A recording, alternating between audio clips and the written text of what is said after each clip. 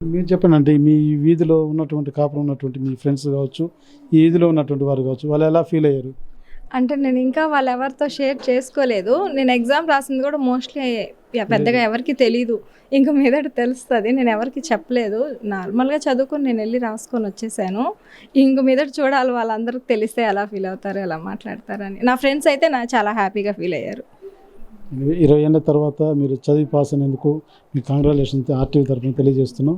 మీరు చూస్తున్న ఏదైతే 20 సంవత్సరాలు తను ఒక బ్యూటీ పార్లర్ నడుపుతుంది. తర్వాత ఫర్దర్ ఇంకా కోర్సులు చేయాలి, ఇంకా ఎదగాలన్నటువంటి భావనతోటి కూడా చదువుకోవాలన్నటువంటి కాన్సెప్ట్. అదే రకంగా ఎక్కడే కానీ మొహమాటం లేకుండా ఇంట్లో తన కుమారుడి చేతనే ఏదైనా డౌట్ కావచ్చు ప్రతిదీ కూడా ఒక కోఆర్డినేషన్ చేసుకుంటూ ఎక్కడా పూర్తిగా ఇన్నేళ్ళ గ్యాప్ 20 ఏళ్ళ గ్యాప్ అన్నది కానీ ఇటు ఫ్యామిలీకి ఆ టెన్షన్స్ నుంచి ఎటువంటి ఒత్తిడి లేకుండా ఎంతో పీస్ఫుల్గా తన టార్గెటే ధ్యేయంగా కూడా 10th ఎగ్జామ్స్ రాసి తన కొడుకుతో పాటు కూర్చొని రిజల్ట్ చెక్ చేసుకొని పాస్ అయినటువంటి ఆనందం నేను చెప్పలేని మాటల్లో అంటూ కూడా శిరీష తెలియజేస్తున్నటువంటి పరిస్థితి.